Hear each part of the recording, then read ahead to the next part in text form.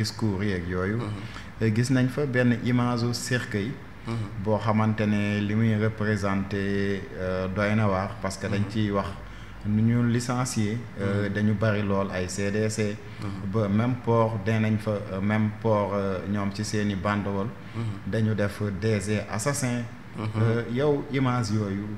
boo ko gisee naka la lay def frustration lay doon ci yow wala honte lay doon ci yow wala lu muy doon.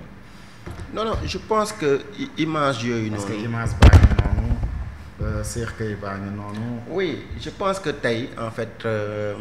li ëpp solo li nga xam ne moom la ñu war a retenir du les images mais pour man c'est la réalité des faits pour man loolu moo ëpp solo parce que nous sommes dans un pays démocratique où chacun est libre de manifester selon ni nga ko bëggee mais aussi ñu nga am liberté ñu bàyyi la nga manifester wax sa désaccord wax ci loo xam ne lu décaaru mais toujours est-il dafa am ay faits yu nga xam ne kenn mënul fexe ba changer ko. Les faits c'est quoi? On dit que les images parlent d'elles-mêmes. Oui, parce que normalement en principe même image bi bu ñu la ko tegalee pour man sax soxlawul question dañ lay bàyyi rek nga commenter directement. image non déggoo ma la xam nga tey image yi nii. pour man. du lu nga xam ne c'est un épiphénomène à mon avis parce que situation bi sénégalais yëpp xam nañu li fi nekk te sénégalais yëpp je pense que mbir yi leer na ci seen bopp te kenn mënu leen dévier par rapport ak la réalité mooy dañu am un régime bu ñëw mu am ay ministres yu bees am ay directions yu bees ñu am ñoo xam ne leen assumer jox leen ay ndombal tànk ñoom ñu war a def ay résultats. bi ñu ñëwee ñu càmbar une situation chacun en ce qui le concerne par rapport à certaines situations nga jël ay mesures de redressement parce que mesures de redressement yooyu noonu moom mooy fi nga xam ne orbite bi nga xam ne fa le régime de son excellence Bassirou Diomaye Faye taxaw pour que un peu réew mi dinañ ko ajuster dinañ ko impulser mais dinañ ko accélérer c'est-à-dire que redressement boobu noonu faaw mu jaar ci ay mesures correctives mooy lan su fekkee da nga egg ci boîte nga gis ne ñu ci bëri seen contrat arrivé na à terme yow en tant qu'autorité soit tu es directeur général tu es ministre toi tu décides de façon souveraine de ne pas renouveler un contrat qui est arrivé à terme soit yow nga nekk source à TV ngay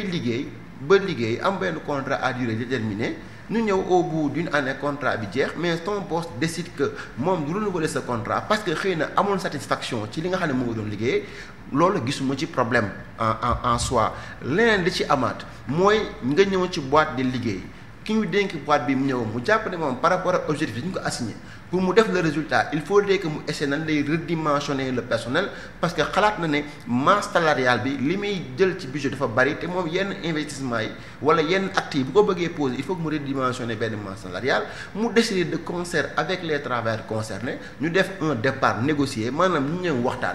waxtaan ba jiboo ba d'accord ci ay sart ne la ñun boîte bi mënatul am lii ci employé waxtaan nañu dañ lay fay ses droits yi da nga d'accord ci nga signé ma signé ñu dem gisuma ci difficulté particulière pour man loolu la gars yi di tuddee ay licenciement mais en réalité amul ay licenciement li am mooy xam nga da nga joxe benn cas te man am na loo xamante ne peut-être duñ si d'accord xam nga mooy tey nee nga ñu nekk ci entreprise def fa quelques années seen contrat jeex comme bu doon CDD lañ am mais tey ku contrat am jeex même bu doon CDD la am tey est-ce que licencier ko dafay wala bañ a renouveler contrat am yow da nga gis ne loolu solution la ci dëkk boo xamante ne yow moment boo xamante ne yaa ngi wax ne dama bëgg a créer emploi nga licencier ay nit oui moo tax ma ne la il faut rek ñu accorder aussi une chose c'est des mesures correctives et des mesures de redressement que l'État est en train de prendre et que l'État va continuer de prendre tey ñun ñëpp xam nañu ne l'objectif de l'État du Sénégal c'est de trouver des emplois à des jeunes mais ñun ñëpp xam nañ ne État en soi nekkul instrument bu nga xam ne day créer emploi mais État crée tout juste des conditions propices pour que le secteur privé puisse porter l'économie et en ce moment-là moo gën a recruter État li ñu fi régime bu fi jógee bàyyi loolu mooy on prend des directions et des structures publiques def ko ay bases yu nga xam ne dañ fay dem pour un peu caser une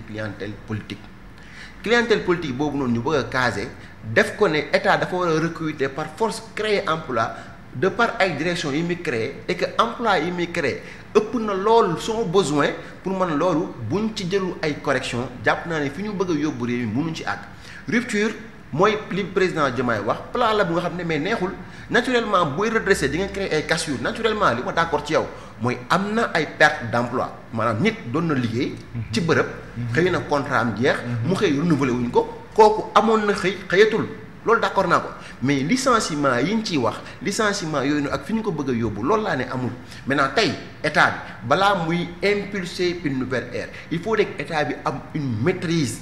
de ce qui est en fait masse salariale bi mais une maîtrise de ce qui est direction yan emploi moo fi nekk est-ce que cadré nañ avec les besoins de l'entreprise mais loolu ki nekk ci entreprise nga dénk ko mu am une responsabilité de rendre compte demain à son supérieur kooku moom moo xam lan la soxla ak lan la soxlawul maintenant tey am na ñoo xam ne xëy na perte nañ seen emploi mais am na d'autres ñoo xam ne xëy na am na d'autres secteurs yu am ay besoins mais ñu ngi fay créer ay emploi ñu ngi liggéey je pense que les Sénégalais doivent faire la part des choses entre aujourd'hui ñu ne fii dàq nañ fa 5 fii dàq nañ fa 10 fii dàq nañ fa 20 mais au même moment il y a beaucoup d'initiatives yu nga xam ne l'État mi ngi permettre beaucoup de milliers de Sénégalais ñuy mën a am ay xëy te loolu ce n'est qu'un début tey recrutement de 2000 enseignants recrutement de plus de 1000 volontaires pour le commerce et cetera te yooyu dañ ci war a wax waaw mais xam nga tey man pour man le problème ne se trouve pas là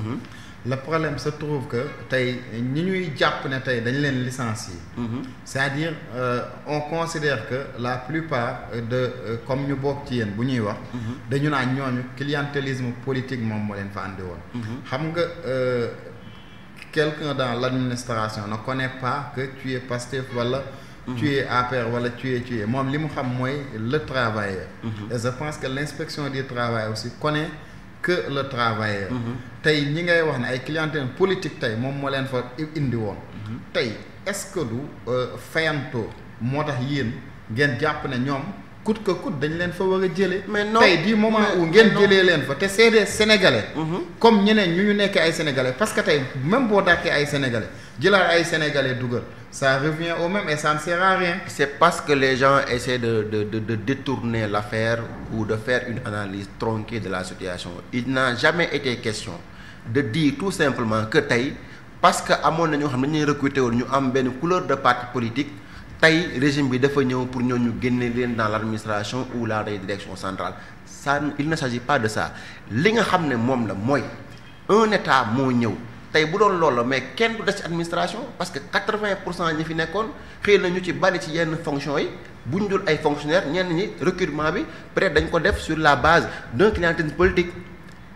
mais problème bi mooy ñi nga xam ne nekk nañ fa di def seen liggéey correctement poste yi nga xam ne moom lañ leen recruter loo poste yi administration bi soxla ko wala poste yi yenn direction yi soxla ko yooyu noonu yëpp pour man ñi fa nekk ñi ngi continuer di liggéey normalement et régulièrement c'est pas que tey dafa nekk benn chasse aux sorcières que ne képp ku àndoon ak Macky Sall ak waa nguur gi passé dañ leen di génne ci fonction publique dañ leen di génne ci administration dañ leen di génne ci agence ak direction il ne s'agit pas de ça parce que ñooñu c'est des milliers et des milliers et des milliers de personnes tey boo ko comparé ak ñi nga xam ne nee nañu ci yenn direction yi moo xam port la moo xam CDC la wala fin arrêté nañ leen pour man boo defee le ratio c'est un peu minime pour dire que les autorités là ne sont pas dans cette optique là de fayanto ou de ñëw ñu fi àndoon ak ñu rek non ñun ñëpp ay sénégalais lañ. te ñun ñëpp dañoo war a liggéey pour Sénégal. Plus de 30 000 personnes quand même. mais toi-même mais non.